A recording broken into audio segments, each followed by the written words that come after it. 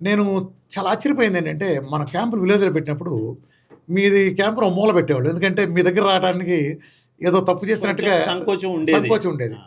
కంటి ఆపరేషన్ చేసుకుంటూ వచ్చాడు, మీసాలు మెలేసుకుంటూ వచ్చేవాడు. మీ దగ్గరికి వచ్చాడు, మొఖాన మాస్క్ కట్టుకొచ్చేవాడు. యానోరెక్టల్ ప్రాబ్లమ్ అంటే చెప్పుకుంటాం సమాజంలో ఇన్సల్ట్ అని. సో, కృష్ణా జిల్లాలో మనం గమనించింది ఏంటంటే, వేల మంది ఆడాళ్ళకి ఈ ప్రాబ్లమ్ ఉండటం. వాళ్ళు 30 ఏళ్ళు, 20 ఏళ్ళు, 25 ఏళ్ళు భరించారు గానీ, భర్తతోను, పిల్లలతో కూడా చెప్పుకోల. అంటే మోషనల్ ప్రాబ్లమ్ అవుతుంది చేస్తుందని. అవన్నీ మనం సక్సెస్‌ఫుల్‌గా చేయగలిగాం.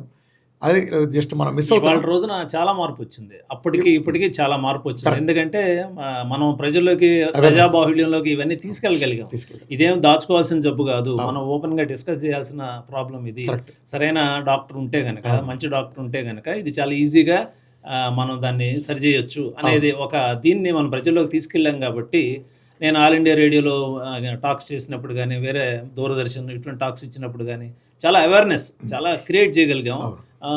కాబట్టి అప్పటికి, ఇప్పటికి చాలా చాలా మార్పు. చాలా మార్పొచ్చింది. చాలా ఓపెన్‌గా ఇప్పుడు ఆడపిల్లలేంటి, మగవాళ్ళేంటి, పిల్లలేంటి ఓపెన్‌గా వచ్చి డిస్కస్ చేస్తున్నారు. డిస్కస్ చేస్తారు. ఏదైనా సిగ్గుపట్టం అది లేకుండా పోయింది. అవును.